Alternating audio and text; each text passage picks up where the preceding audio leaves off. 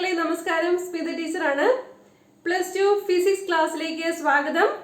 First chapter electric charges and fields. അതിലെ electric ചാർജുകളെ സംബന്ധിക്കുന്ന ഏതാനും കാര്യങ്ങളാണ് ഇന്നത്തെ ക്ലാസ്സിൽ കാണാൻ പോകുന്നത്. ഇലക്ട്രിക് ചാർജസിനെ കുറിച്ചാണ് നമുക്ക് ആദ്യം മനസ്സിലാക്കാനുള്ളത്. ദ്രവ്യത്തിന്റെ സഹജമായ ഒരു സവിശേഷതയാണ് ചാർജ് എന്നത്. നിശ്ചലാവസ്ഥയിലുള്ള ചാർജുകളെ കുറിച്ചുള്ള പഠനമാണ് ഇലക്ട്രോസ്റ്റാറ്റിക്സ്.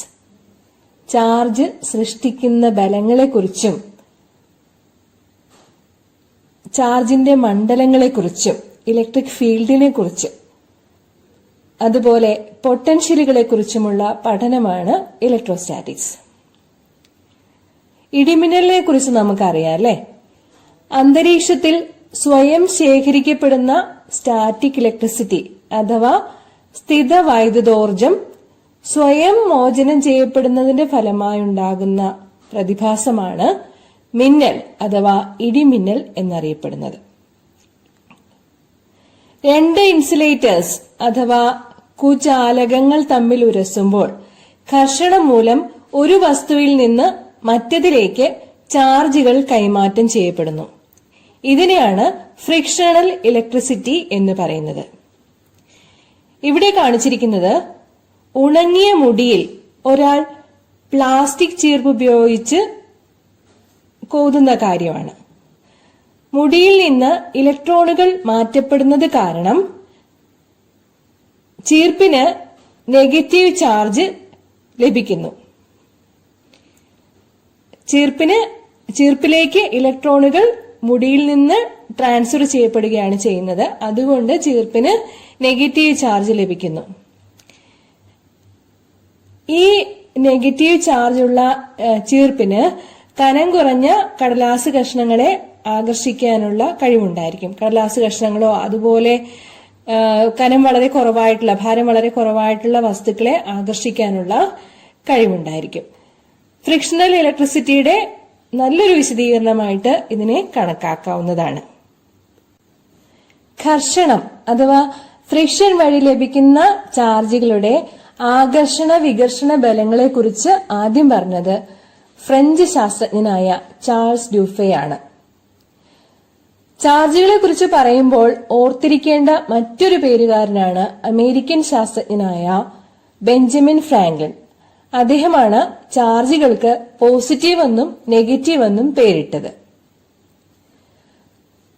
ഫ്രിക്ഷണൽ ഇലക്ട്രിസിറ്റി ഉണ്ടാകുന്നതിന് ഒരു ഉദാഹരണം ഇവിടെ കാണിച്ചിരിക്കുന്നത് ശ്രദ്ധിക്കുക.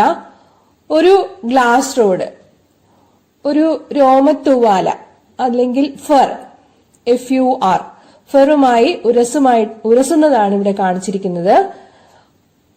ഉരസിക്കൊണ്ടിരിക്കുമ്പോൾ ഗ്ലാസ് റോഡിൽ നിന്നും ലൂസ്ലി ബൗണ്ട് ഇലക്ട്രോൺസ് ഫെറിലേക്ക് മാറ്റപ്പെടുന്നു. ഇലക്ട്രോൺസ് ലഭിക്കുന്നത് കൊണ്ട് ഫെർ നെഗറ്റീവ്ലി ചാർജ്ഡ് ആയിട്ട് മാറുന്നു. ഇലക്ട്രോൺസ് നഷ്ടപ്പെടുന്നത് കൊണ്ട് ഗ്ലാസ് റോഡ് പോസിറ്റീവ്ലി ചാർജ്ഡ് ആയിട്ട് മാറുന്നു. ചാർജുകൾ ഇവിടെ കാണിച്ചിട്ടുണ്ട്, ശ്രദ്ധിക്കുക.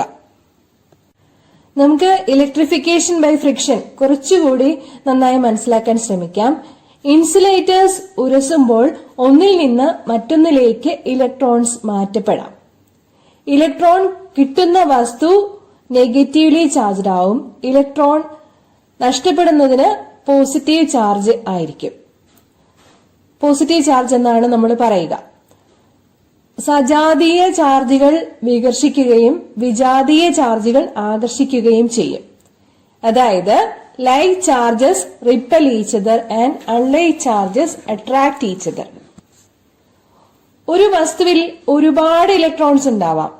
മാറ്റപ്പെടുന്ന ഇലക്ട്രോണുകളുടെ എണ്ണം ആ വസ്തുവിലുള്ള മൊത്തം ഇലക്ട്രോണുകളുടെ എണ്ണത്തെ അപേക്ഷിച്ച് വളരെ വളരെ കുറവായിരിക്കും.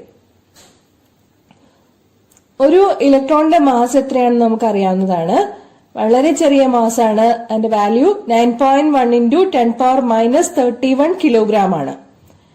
ഇലക്ട്രിഫിക്കേഷൻ ബൈ ഫ്രിക്ഷൻ നടക്കുമ്പോൾ അല്ലെങ്കിൽ ചാർജിംഗ് നടക്കുമ്പോൾ മാസ് മാറ്റപ്പെടുന്നുണ്ട്. ഇത് വളരെ പ്രധാനപ്പെട്ട ഒരു പോയിന്റ് ആണ്. There is transference of mass during charging. Okay, glass rod സിൽക്കുമായിട്ട് ഉരസുമ്പോ സിൽക്കിന് ഇലക്ട്രോണുകൾ ലഭിക്കുന്നു. ഗ്ലാസ് റോഡിന് ഇലക്ട്രോണുകൾ നഷ്ടപ്പെട്ട് പോസിറ്റീവ്ലി ചാർജ്ഡ് ആയിട്ട് മാറുന്നു. ഓക്കെ, അപ്പൊ ഇവിടെ നമ്മൾ മനസ്സിലാക്കേണ്ടത് ഗ്ലാസ് റോഡ് പോസിറ്റീവ്ലി ചാർജ്ഡ് ആയിട്ട് മാറുന്നു, സിൽക്ക് നെഗറ്റീവ്ലി ചാർജ്ഡ് ആയിട്ട് മാറുന്നു. പോസിറ്റീവ്ലി ചാർജുള്ള ഗ്ലാസ് റോഡാണ് ഇവിടെ കാണിച്ചിരിക്കുന്നത്. പ്ലാസ്റ്റിക് റോഡ് ഫൈബറുമായിട്ട് ഉരസുമ്പോൾ ഫൈബറിന് ഇലക്ട്രോണുകൾ നഷ്ടപ്പെടുന്നു. പ്ലാസ്റ്റിക് റോഡിന് ഇലക്ട്രോണുകൾ കിട്ടി നെഗറ്റീവ്ലി ചാർജ്ഡ് ആവുന്നു. പോസിറ്റീവ് ചാർജുള്ള ഗ്ലാസ് റോഡുകൾ പരസ്പരം വികർഷിക്കപ്പെടുന്നു. നെഗറ്റീവ്ലി ചാർജ്ഡ് ആയിട്ടുള്ള പ്ലാസ്റ്റിക് റോഡുകളും പരസ്പരം വികർഷിക്കപ്പെടുന്നു. പക്ഷേ പോസിറ്റീവ് ചാർജുള്ള ഗ്ലാസ് റോഡും നെഗറ്റീവ് ചാർജുള്ള പ്ലാസ്റ്റിക് റോഡും പരസ്പരം ആകർഷിക്കുന്നു. ഓക്കെ, ഇതാണ് ഇവിടെ കാണിച്ചിരിക്കുന്നത്. മനസ്സിലായിട്ടുണ്ടാവും എന്ന് വിചാരിക്കുന്നു. Next let us see the basic properties of electric charges. ചാർജുകളുടെ 2-3 പ്രോപ്പർട്ടീസ് ഓടിച്ചൊന്നും പരിശോധിക്കാം. ഒന്നാമത്തേത് അഡിറ്റിവിറ്റി ഓഫ് ചാർജസ് ആണ്. നമുക്കറിയാം charges are positive and negative. ഒരു വസ്തുവിന്റെ ചാർജ് എന്നത് അതിലെ മൊത്തം ചാർജുകളുടെ തുകയായിരിക്കും. ഇവിടെ ആദ്യം കാണിച്ചിരിക്കുന്നതില് പോസിറ്റീവ് ചാർജുകൾ മാത്രമാണ് ഉള്ളത്. അതുകൊണ്ട് total charge capital Q equal to 5 + 3 + 7 equal to 15. അതായത് +15Q ആയിരിക്കും ആ വസ്തുവിന്റെ ചാർജ് എന്നത്. രണ്ടാമത്തേതിലാണെങ്കിൽ പോസിറ്റീവ് ചാർജും ഉണ്ട്, നെഗറ്റീവ് ചാർജും ഉണ്ട്. മൊത്തം ചാർജ് എടുക്കുമ്പോ കിട്ടുക -4Q ആയിരിക്കും. ക്ലിയർ ആണല്ലോ? ഇനി രണ്ടാമത്തെ പ്രോപ്പർട്ടി നോക്കാം. Law of conservation of charge ആണത്. ഒരു ഐസൊലേറ്റഡ് സിസ്റ്റത്തിന്റെ ചാർജിന് വ്യത്യാസമൊന്നും ഉണ്ടായിരിക്കില്ല. ചാർജിനെ നിർമ്മിക്കാനോ നശിപ്പിക്കാനോ സാധ്യമല്ല. ഒരു വസ്തുവിൽ നിന്ന് മറ്റൊരു വസ്തുവിലേക്ക് ചാർജിനെ കൈമാറ്റം ചെയ്യാൻ മാത്രമേ സാധിക്കുകയുള്ളൂ. ഉദാഹരണം ശ്രദ്ധിക്കാം. യുറേനിയം ന്യൂക്ലിയസിന്റെ ഫിഷൻ ആണ് ഇവിടെ കാണിച്ചിരിക്കുന്നത്. അറ്റോമിക് നമ്പർ തന്നെയാണ് total number of electrons or protons എന്ന് നമുക്കറിയാവുന്നതാണ്. ന്യൂട്രോണിന്റെ കാര്യത്തിലാണെങ്കിൽ അതിന് ഇലക്ട്രോണോ പ്രോട്ടോണോ ഇല്ല. അതുകൊണ്ട് അതിന്റെ ചാർജ് എന്ന് പറയുന്നത് 0. 92 യുറേനിയം 235. യുറേനിയം 235 ന്യൂക്ലിയസിനെ ഒരു ന്യൂട്രോൺ കൊണ്ട് ബോംബാർഡ് ചെയ്യുമ്പോൾ ഒരു ബേരിയവും ഒരു ക്രിപ്റ്റോണും 3 ന്യൂട്രോണുകളും ഉണ്ടാവുന്നു. ടോട്ടൽ ചാർജ് ബിഫോർ ഫിഷൻ നമുക്ക് നോക്കുമ്പോൾ മനസ്സിലാവും 0 + 92 ഈക്വൽ ടു 92 ആണ്. After fission total charge we can see that 56 + 36 equal to 92 തന്നെയാണെന്ന്. ഇതാണ് ആറ്റം ബോംബിന്റെ പ്രവർത്തനം. കൺട്രോൾഡ് ന്യൂക്ലിയർ ഫിഷൻ റിയാക്ഷൻ ആണ് ആറ്റം ബോംബിൽ നടക്കുന്നത്. ഇപ്പോ 2 പ്രോപ്പർട്ടീസ് പ്രധാനപ്പെട്ടത് പറഞ്ഞത് മനസ്സിലായി കാണുമെന്ന് വിചാരിക്കുന്നു. വളരെ ഇമ്പോർട്ടന്റ് ആയിട്ടുള്ള ഒരു പ്രോപ്പർട്ടിയാണ് ഇനി ഡിസ്കസ് ചെയ്യുന്നത്. Quantization of charge. It's a very important property. ഒരു വസ്തുവിന് ചാർജ് ലഭിക്കുകയോ നഷ്ടപ്പെടുകയോ ചെയ്യുന്നത് ചാർജിന്റെ അടിസ്ഥാന യൂണിറ്റായ ഇലക്ട്രോണിക് ചാർജിന്റെ ഇന്റഗ്രൽ മൾട്ടിപ്പിൾ ആയിട്ടായിരിക്കും. ടോട്ടൽ ചാർജ് ക്യാപിറ്റൽ Q ആണെന്നിരിക്കട്ടെ. ദെൻ ക്വാണ്ടൈസേഷൻ ഓഫ് ചാർജ് ഇങ്ങനെ നമുക്ക് പറയാം. Q equal to +or- NE, where N is an integer. 1 2 3 4 5 6 7 8 9. Okay, ഇവിടെ സ്മോൾ e എന്നുള്ളത് charge of an electron or A proton ആണ്. നമ്മൾ മനസ്സിലാക്കേണ്ട കാര്യം ചാർജിന് ഇന്റഗ്രൽ വാല്യൂസ് അല്ലെങ്കിൽ ഓരോ പാക്കറ്റുകളായിട്ടുള്ള വാല്യൂസ് അല്ലെങ്കിൽ ക്വാണ്ട വാല്യൂസ് ആണ് പോസിബിൾ ആയിട്ടുള്ളത്. ഈ ക്വാണ്ടൈസേഷൻ പരീക്ഷണം നടത്തി തെളിയിച്ചത് 1912 മില്ലിക്കൻ എന്ന ശാസ്ത്രജ്ഞനാണ്. ഇലക്ട്രോണിന്റെ ചാർജ് എത്രയാണെന്ന് അറിയാലോ? ഇലക്ട്രോണിന്റെ ചാർജ് എന്നത് 1.6 × 10⁻⁻19 കൂളമാണ്. അതുകൊണ്ട് 1 കൂളം ചാർജ് നോക്കിയാൽ അതിൽ എത്ര ഇലക്ട്രോൺസ് ഉണ്ടായിരിക്കും? 1/1.6 into 10 power minus 19 equal to 6.25 into 10 power 18 electrons ഉണ്ടായിരിക്കും. So 1 coulomb charge is equivalent to 6.25 into 10 power 18 electrons. Okay. Next, let us discuss Coulomb's law. Coulomb's law അല്ലെങ്കിൽ Coulomb's inverse square law എന്നത് ഒരു experimental law ആണ്. രണ്ട് stationary ആയിട്ടുള്ള electrically charged പാർട്ടിക്കിൾസിന്റെ mutual interactive force എത്രയായിരിക്കും എന്നതിനെ കുറിച്ചാണ് കൂളംസ് ലോ പ്രസ്താവിക്കുന്നത്. നിശ്ചലാവസ്ഥയിലുള്ള charged bodies, charges at rest, അവയില് അനുഭവപ്പെടുന്ന ഇലക്ട്രിക് ഫോഴ്സിനെ ഇലക്ട്രോസ്റ്റാറ്റിക് ഫോഴ്സ് എന്നാണ് പറയുന്നത്. രണ്ട് പോയിന്റ് ചാർജുകൾക്കിടയിലുള്ള ഫോഴ്സ് ഓഫ് ഇന്ററാക്ഷൻ വിശദീകരിച്ചത് 1785 ചാൾസ് അഗസ്റ്റിൻ ഡി കുളോം എന്ന ശാസ്ത്രജ്ഞനാണ്. പോയിന്റ് ചാർജസ് എന്ന് പറഞ്ഞാൽ ആ പോയിന്റിൽ മാത്രം അനുഭവപ്പെടുന്ന ചാർജസ് എന്നുള്ള രീതിയിലാണ്. ചാർജിന്റെ മാഗ്നിറ്റ്യൂഡ് വലുതാവാൻ പാടില്ല എന്നുള്ള അർത്ഥത്തിലാണ് പോയിന്റ് ചാർജസ് എന്ന് ഉദ്ദേശിക്കുന്നത്.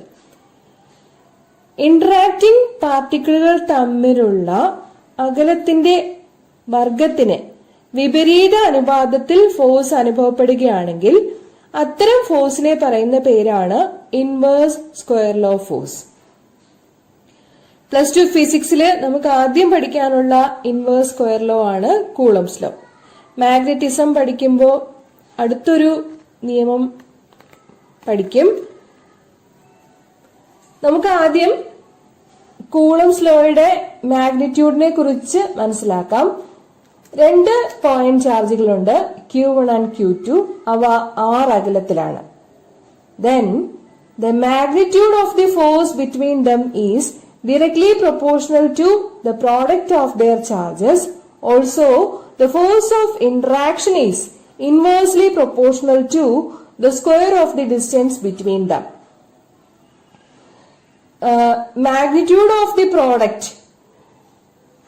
of the two charges Q1 Q2 കാണിക്കാൻ വേണ്ടി ഇവിടെ രണ്ട് വരകൾക്കിടയിൽ സൂചിപ്പിച്ചിരിക്കുന്നത് ശ്രദ്ധിക്കുക. Q1 Q2 രണ്ട് വരകൾക്കിടയിലാണ് കാണിച്ചിരിക്കുന്നത്. അത് magnitude of the product of the two charges Q1 and Q2 എന്നാണ് അർത്ഥമാക്കുന്നത്. നമുക്ക് കൂളംസ് ലോ ഇങ്ങനെ പറയാം: F proportional to Q1 Q2 divided by R square, or F equal to a constant K into Q1 Q2 divided by R square.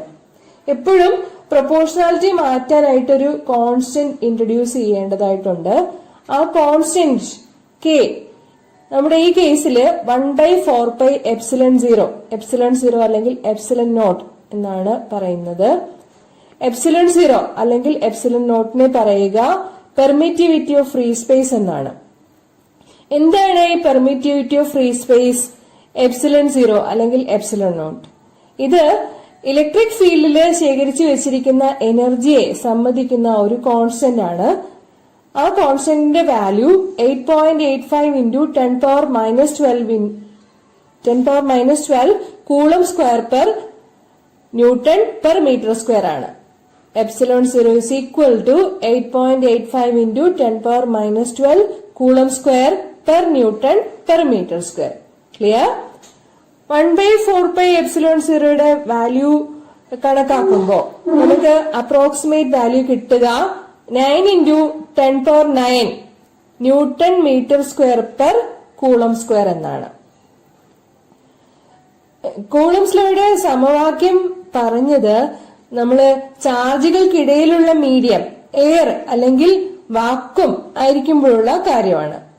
ചാർജുകൾ മറ്റേതെങ്കിലും ഒരു മീഡിയത്തിലാണെങ്കിൽ ആ മീഡിയത്തിന് electric ഫീൽഡിനെ എത്രത്തോളം പെർമിറ്റ് ചെയ്യാൻ പറ്റും, അതിനുള്ള പ്രോപ്പർട്ടിയായ റിലേറ്റീവ് പെർമിറ്റിവിറ്റി എപ്സിലൺ ആർ കൂടി കണക്കാക്കേണ്ടതുണ്ട്. എപ്സിലോൺ എന്നുള്ളത് ഒരു ഗ്രീക്ക് ആൽഫബറ്റ് ആണ്.